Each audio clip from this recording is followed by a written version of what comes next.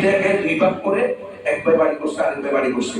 এখন এক ভাইয়ের ছেলে বা মেয়ের বিয়ে হইতেছে, গরু আসতেছে, মুরগি আসতেছে, খাসি আসতেছে, ছানি ভর্তা আসতেছে, ডেকোরেশন আসতেছে, ডালের ভিতরে লবণ দিতেছে, গ্রাম লাগতেছে।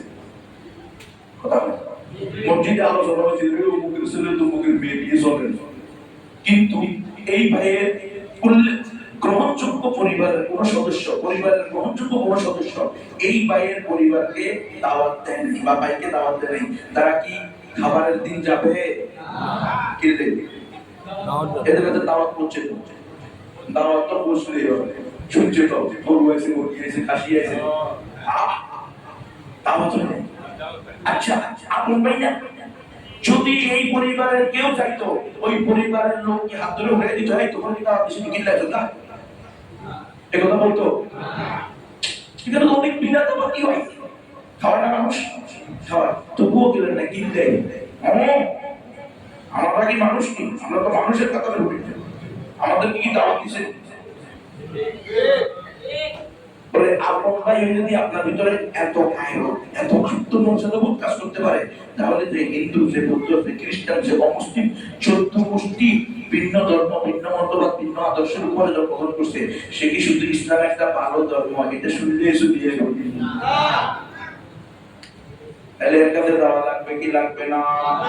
আমরা অনেকে বলি হুজুর, আমরা ভালো মুসলমান হয়ে গেলে তারা আঙ্গুরে দেখি দেখি মুসলমান হবো। আমি বলি ভাই, এটা আংশিক সত্য, পুরোপুরি সত্য না। কারণ রাসূলুল্লাহ সাল্লাল্লাহু আলাইহি ওয়াসাল্লাম, আবু বকর, ওমর, ওসমান, আলী রাদিয়াল্লাহু তাআলা আনহুম আজমাইন, আশারায়ে মুবাশশারা, সোয়ালাত সাহাবী, তারা পরিপূর্ণ ব্যক্তিসিং মুসলমান ছিলেন কি ছিলেন না? তো তারা man to man, door to door দাওয়াত দিতে হইছে কি হয় নাই? বামনে আর আমি গোলাম তুলতে যদি নবী ঘরে ঘরে দাঁড়ে দাঁড়ে বারে বারে গিয়ে দাওয়াত দিত, নবীর ঈমান তো কম ছিল, নবীর আমল কম ছিল। আস্তাগফিরুল্লাহ, সাহাবায়ে কেরামের ঈমান আমল কম ছিল? রাদিয়াল্লাহু আনহুম, আল্লাহ তাদের উপরে সন্তুষ্ট, তারাও আল্লাহর উপরে। কত বড় সার্টিফিকেট এটা! হ্যাঁ, চিন্তা করতে পারেন কত বড় সার্টিফিকেট। সেই সাহাবায়ে কেরাম দাওয়াত দিতে হয়েছে কি হয় নাই? দাওয়াত দিছে। আজকে আমরা বলছি দাওয়াত দেওয়া লাগবে না, তো দাওয়াত না দিলে আবু জাহেল তো রাসূল সাল্লাল্লাহু আলাইহি ওয়াসাল্লাম বলেছে, ভাতিজা তুমি আমার কাছে হক আদায় করে দাওয়াত দিছো, আর দাওয়াত দিও না, আমি তোমার পক্ষে সাক্ষী দিব। এরপরেও কি রাসূল যতদিন আবু জাহেলের পাশে ছিলেন দাওয়াত দেওয়া বন্ধ করছেন? করেন নাই। এখন আসেন, আমাদের সমসাময়িক অমুসলিমরা বা তারা নবী রাসূলকে পায় নাই, তারা যদি এই যে 2026 সালে আমাদের শেখি এলাকার হিন্দু বৌদ্ধ উপজাতি যাদের পাশের ফ্ল্যাটে আমরা থাকি, আমাদের পাশের ফ্ল্যাটে তারা থাকে, তাদের পাশের বাড়িতে আমরা থাকি, আমাদের পাশের বাড়িতে তারা থাকে, যারা আর আমরা একসাথে অটোতে চড়ি, একসাথে বাসে চড়ি, যারা আমরা একই দোকান থেকে মাছ কিনে খাই, গোশত কিনে খাই, যারা আর আমরা একই ফ্ল্যাটে, একই ফ্ল্যাটে, একই বিল্ডিংয়ে বসবাস করি, আছে না নাই? আছে। তাদেরকে কত জিজ্ঞেস করা হবে, আলামিয়াতি বুমনাদির আয়শাতি 2026 সালে মুসলমানরা এই মসজিদের নাম কি? আল-হিরা গাবে মসজিদ মহল্লার এলাকার অমুসলিমরা তোমাদের কাছে কি জাহান্নাম থেকে বিধিবদ্ধকারী কেউ আসে নাই? আমার মাইকেরা যদি কোনো অমুসলিম দাদা দিদিরা শুনেন, একটু মনোযোগ দিয়ে শুনবেন। আল্লাহর কসম, আমি আপনাদের বন্ধু, আপনাদের কল্যাণ চাই, আপনাদের ক্ষতি চাই না। আমি এরকম না যে আপনাদেরকে বলবো আমারে আপনারা মন্ত্রী আছে, চেয়ারম্যান বানান, মেম্বার বানান, এমপি বানান, মন্ত্রী বানান, আর আপনারা সবাই জাহান্নামে যান। আপনাদের শিরিকের শুভেচ্ছা, শিরিকের শুভকামনা করে কি করে না? এখন হবু এমপি, হবু মন্ত্রীরা কি করে? দুর্গা পূজার শুভেচ্ছা, ক্রিসমাসের শুভেচ্ছা, পূর্ণিমা পূজার শুভেচ্ছা, কালী পূজার শুভেচ্ছা, দুর্গা পূজার শুভেচ্ছা, বড়দিনের শুভেচ্ছা। ইমান নাই। মুমিন কখনো শিরিকের কল্যাণ চাইতে পারে না। শিরিকের কল্যাণ চাইলে তো মুসলমান থাকে না রে বাবা।